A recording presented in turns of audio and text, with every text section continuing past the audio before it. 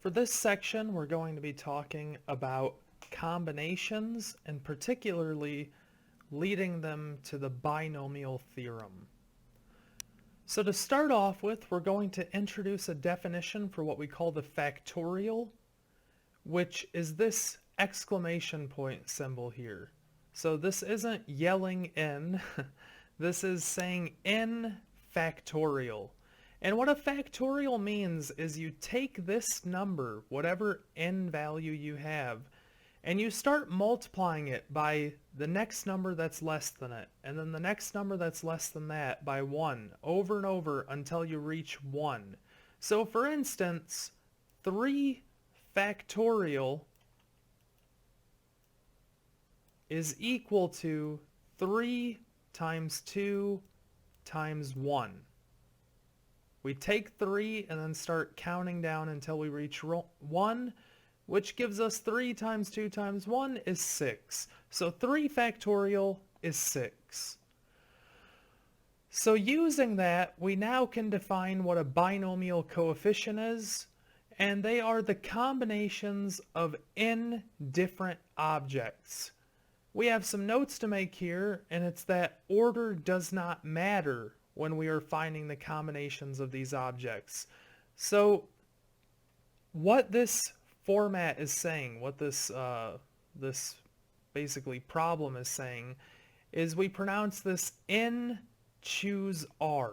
We have n objects and we are choosing r of them, but the order doesn't matter when we pick them. So we're finding all the ways that we could pick r different objects from these n total objects without order mattering. So again, I know that's probably a tricky thing to understand. What does it mean by order doesn't matter? So this is an example that I find helps clear that up. If we were to pick a 3-person team in basketball, then if we picked Rob, Sam, and Joe, that would be the same thing as if we picked Joe, Rob, and Sam. That is the same team, so we don't count that combination twice. These two combinations count as the same choice. So if we said how many different ways could we pick a 3-person team given 5 people to pick from, we wouldn't count these two choices as 2 separate choices. This would be the same choice. That's what combinations means. We don't care about the order we pick them if they end up being the exact same thing. Okay, so how do we count all of those choices without just going through and picking them? I mean, you can probably guess, even if we just had 7 objects and we had to pick 3 of them, this would take a very long time to go through all the different possibilities. So we actually have a very nice formula that comes up where we say, given this combination problem where order doesn't matter, then all we have to do is take the number of total objects and find its factorial. So n factorial divided by r factorial times n minus r factorial. So the total number of objects factorial divided by the number of chosen objects factorial times the total number of objects minus the chosen number of objects factorial. Okay, so let's go ahead and try a couple of examples with this. We want to find 5 choose 3. Okay, so our formula says we take our top number, factorial, divided by the bottom number, factorial, times the top number minus the bottom number, factorial. So simplifying this, the top is going to become 5 times 4 times 3 times 2 times 1. And the bottom will be 3 times 2 times 1 from that 3 factorial times 5 minus 3 is going to become 2 factorial, so this is just going to be 2 times 1. So now going through simplifying this, we get 5 times 4 times 3 times 2 times 1. Well, 5 times 4 is 20, times 3 is 60, times 2 is 120, divided by 3 times 2 times 1 is 6, times 2 is 12, times 1 is still 12, so our total is 10. There are 10 combinations that can be formed when you are given 5 total objects and you pick 3 of them. So if we were, for instance, playing a pickup game of 3-on-3 basketball and we had 5 people to pick from for our team and we wanted to pick 3 of them, then this is the number of combinations we could pick. There are 10 different teams that we could form. Okay, from here, we now want to find 9, choose 2. If you want, take a moment, pause the video, see if you can find this, but there is going to be a little trick to it. So just go ahead and take a second, see what you can do with this problem.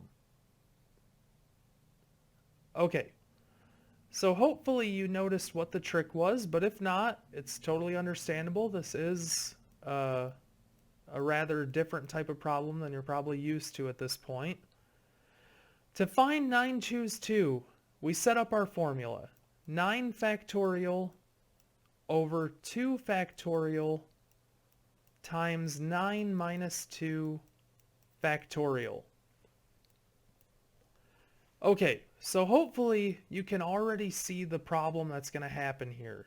If you aren't allowed a calculator, 9 factorial is a very large number to multiply out. So we can employ a little trick to this. I'm going to go ahead and rewrite this problem, simplifying what's in parentheses first, to 7 factorial.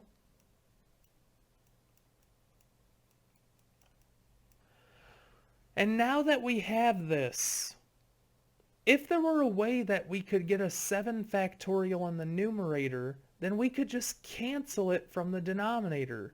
Just like up here, we could have canceled this common factor of 2 in the top and bottom, and this common factor of 3, and made it a lot simpler. We just multiplied it all out because these were smaller numbers. But we can do this here. If we rewrite 9 factorial as 9 times 8 times 7 factorial, and put that over 2 factorial is just going to be 2, so we can stop writing that, times 7 factorial, then from here, 7 factorial will cancel from the top and bottom.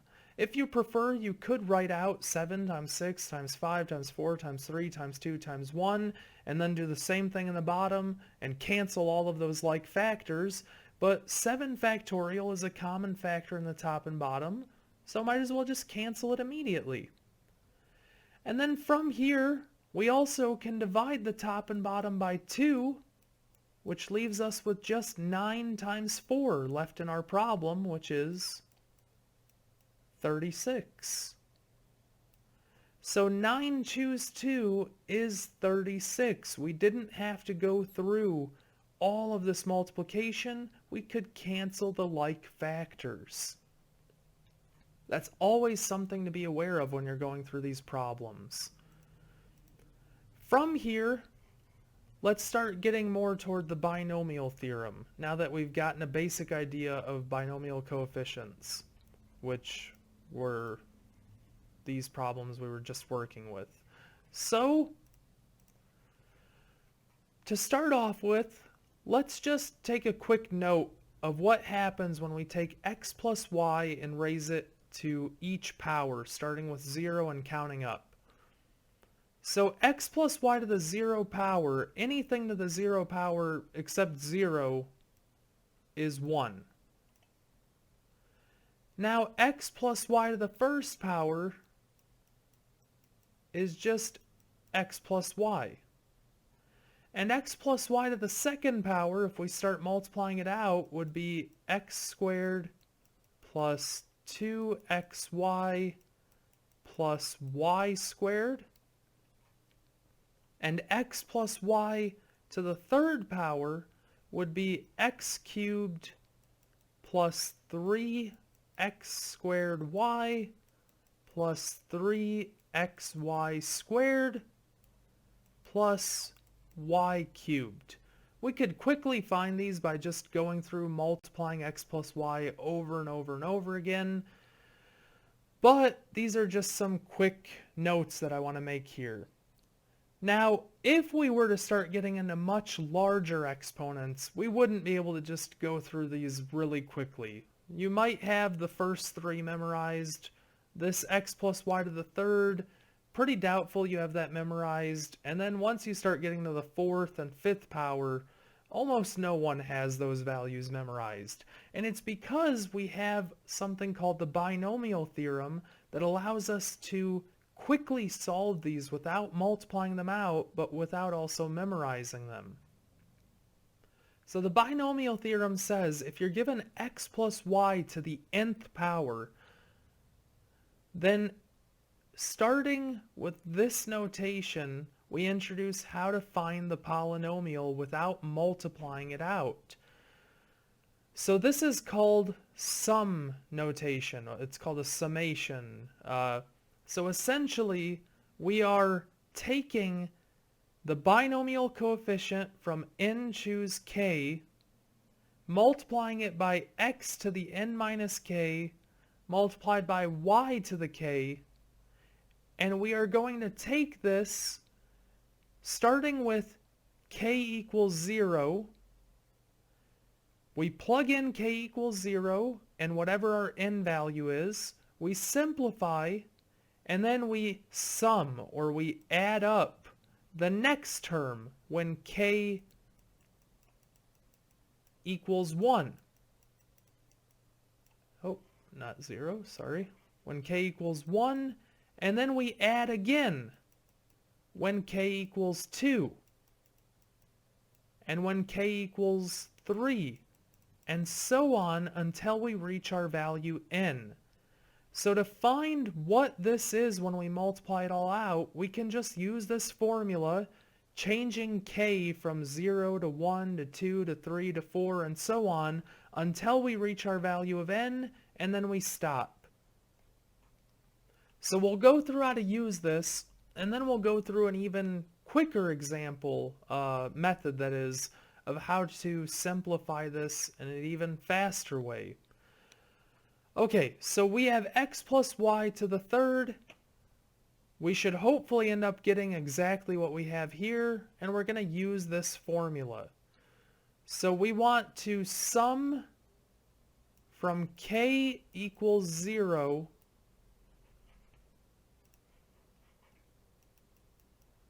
to 3.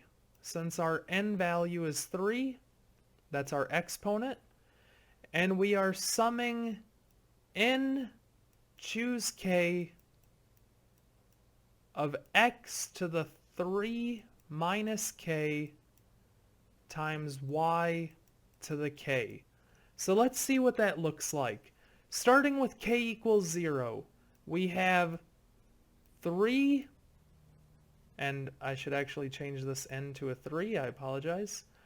We have 3 choose k, we said is 0, times x to the 3 minus 0 times y to the k is 0,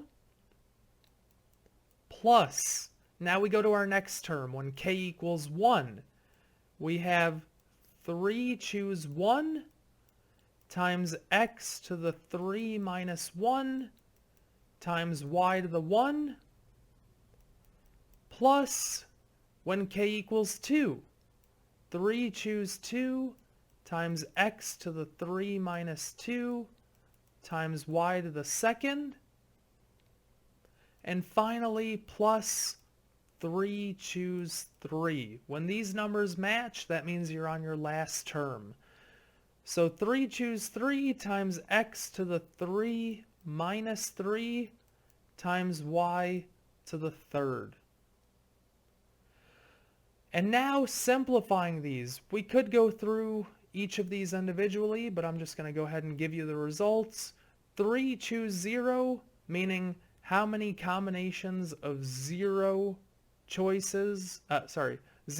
items can we pick given 3 items total? Well, there's only one combination of 0 items. That's when we pick nothing. So there's only 1 times x to the 3 minus 0 is 3 times y to the 0. Well, y to the 0 is just 1. Plus, now we have 3 items and we're picking 1. How many ways can we do that? 3 ways. And again, you could just quickly use the formula as well. So we have 3 times x to the 3 minus 1 is 2, times y to the first is y, plus 3 choose 2 is 3, times x to the 3 minus 2 is 1, times y to the second, plus 3 choose 3 is 1, times x to the 3 minus 3 is 0, times y to the third. And now let's just simplify this. 1 times x cubed times 1 is x cubed, plus 3 times x squared times y, that doesn't simplify, plus 3 times x to the first times y squared, that's just 3xy squared, plus 1 times x to the 0, well that's just 1 times 1, times y cubed is just y cubed. This is fully simplified, and this is exactly what we had up here. So this is just a faster method than just multiplying it out. And I know what you might be thinking, this was not at all faster, but that's just because we were dealing with such a small exponent. As soon as this exponent hits 5 or 6, then this method suddenly becomes extremely useful. It will save a lot of time, and it will save a lot of room for error that could come up. Okay, so continuing from there, like I said, we're going to introduce an even faster way to approach this process, where we don't even have to remember that summation formula. It's good to know, especially as you go through mathematics. It'll come up quite often. But as of right now, we've introduced it. Now let's go ahead and see a faster way to go about this. So we're going to define Pascal's triangle. Pascal's triangle is a way to memorize the binomial coefficients. So let's think about each of these exponents. N equals 0, n equals 1, n equals 2, and so on. What happens if we raise x plus y to the nth power? What are our coefficients? So if n equals 0, then this just results in 1. If n equals 1, then x plus y to the first power is just x plus y. So what's in front of the x and what's in front of the y? 1 and 1. And I'm actually going to condense that down a little bit more to leave a little bit of room. This is going to start getting a lot wider. And now from here, if we were to try x plus y to the second, remember we said that'd be x squared plus 2xy plus y squared. What are our coefficients in that case? X squared has a 1 in front of it, 2xy has a 2 in front of it, and y squared has a 1 in front of it.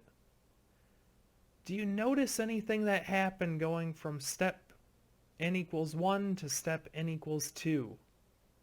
We have a 1 and a 1 at the beginning and end, just like we did before, but what happens if we take these two 1s and add them up? We get this middle term in between them, this 2. What happens if we repeat that again? If we start with a 1, we end with a 1, and we start adding up the numbers. 1 plus 2 should give us 3. 2 plus 1 should give us 3 again. Hopefully this looks familiar. If we go back to the problems we were just working on, what were our coefficients when n was 3, when our exponent was 3? 1, 3, 3, 1. And here, when n equals 3, 1, 3, 3, 1. So what about n equals 4? Well, we start with a 1, we end with a 1, 1 and 3 becomes 4, 3 and 3 becomes 6, 3 and 1 becomes 4, so we have 1, 4, 6, 4, 1. So what should n equals 5 be? Go ahead and pause the video, see if you can find it. Okay, we start with 1, we end with 1. 1 and 4 gives us 5. 4 and 6 gives us 10. 6 and 4 gives us 10. 4 and 1 gives us 5. So our coefficients of our polynomial for x plus y to the 5th power is 1, 5, 10, 10, 5, 1. So this allows us to basically throw out the n choose k portion of the binomial theorem. If we just commit this Pascal's triangle process to memory, you don't even have to memorize the triangle. Just memorize that you always end with a 1 and start with a 1, and then you add up the numbers in between as you go down to the next step to find your coefficients. Then from here, all we have to memorize is that we have the formula x to the n minus k times y to the k. Meaning we start with x to the, let's say we're using an exponent of 5. We start with x to the 5th, y to the 0. And then we subtract 1 from the x's exponent and add it to the y's. So we would have x to the 5th, y to the 0, x to the 4th, y to the 1st, x to the 3rd, y to the 2nd, and so on. So this allows us to completely ignore the binomial theorem, essentially, and just use a very quick shortcut to multiply out any binomial that's being raised to a power. Notice we never specified what x and y are, so x could be 2x to the 5th and y could be 3y cubed. The formula will still work. Okay, so with that, let's go ahead and try 2x minus y to the 4th. The first thing we should do is rewrite this. We want it to be addition, so we have 2x plus negative y to the 4th. So our first term is going to be 2x, the second term is going to be negative y. Going to Pascal's triangle, we know our coefficients are 1, 4, 6, 4, and 1 because our exponent is 4. So writing those out, and we'll make sure to give a decent amount of space, we have 1, 4, 6, 4, and 1. And now, remember, you take your first term, so in this case 2x, and raise it to your exponent, which is 4. And then you take your second term, negative y, raise it to 0, and add it to the next step.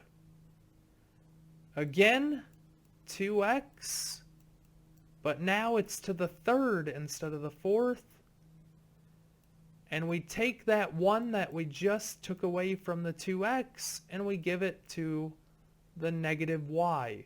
So it should always add up to 4, your exponents, if your exponent is 4. If it were 2x minus y to the 7th, then they should always add up to 7. So 4 plus 0 is 4, 3 plus 1 is 4. Going to the next step, 2x to the second times negative y to the second plus 2x to the first times negative y to the third plus 2x to the 0 times negative y to the fourth.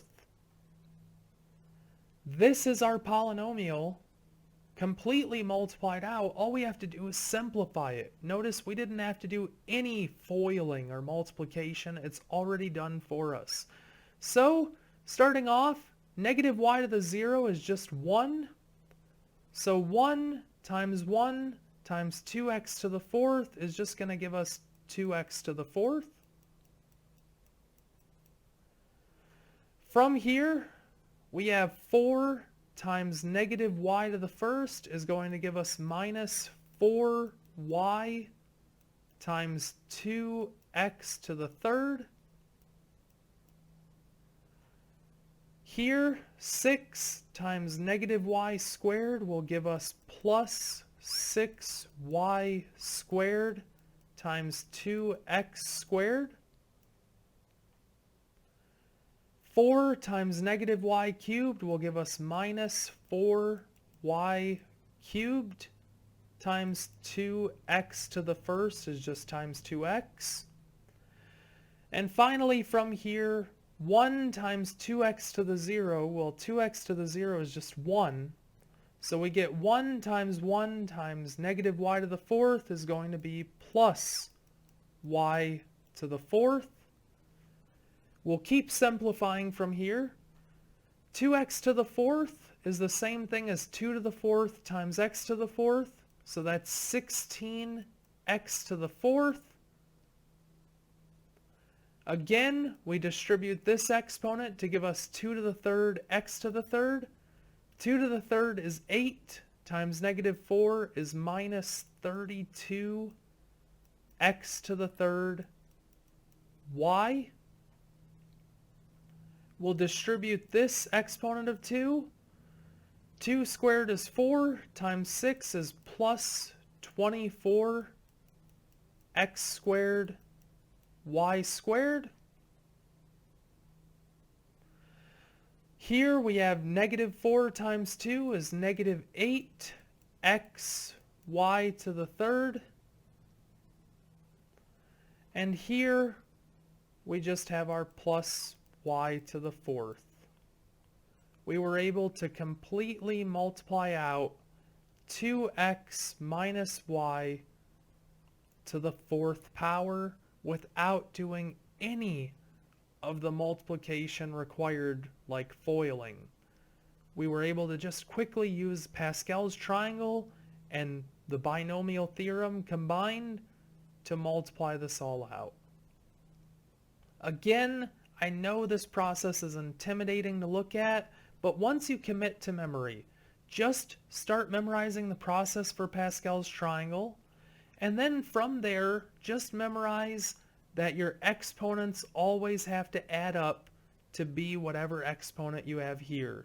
So remember, we started with 4 and then 0, and then 3 and 1, 2 and 2, 1 and 3, 0 and 4. It'll always work out like that, even with 10. It'd be 10 and 0, 9 and 1, 8 and 2, and so on. Okay, so from there, another reason this is very useful is what if we wanted to find just one specific term of a polynomial? So we didn't need to multiply it all out. We were just looking for instance, the x cubed y term. So in the previous problem, we would have to multiply this all out just to find x cubed y has a negative 32 in front of it. So we'd have negative 32x cubed y. And what if we had even less information than that? What if we were just told to find the fourth term of the polynomial, this negative 8xy cubed? So we didn't even know that it would have an xy cubed with it. We just wanted the fourth term.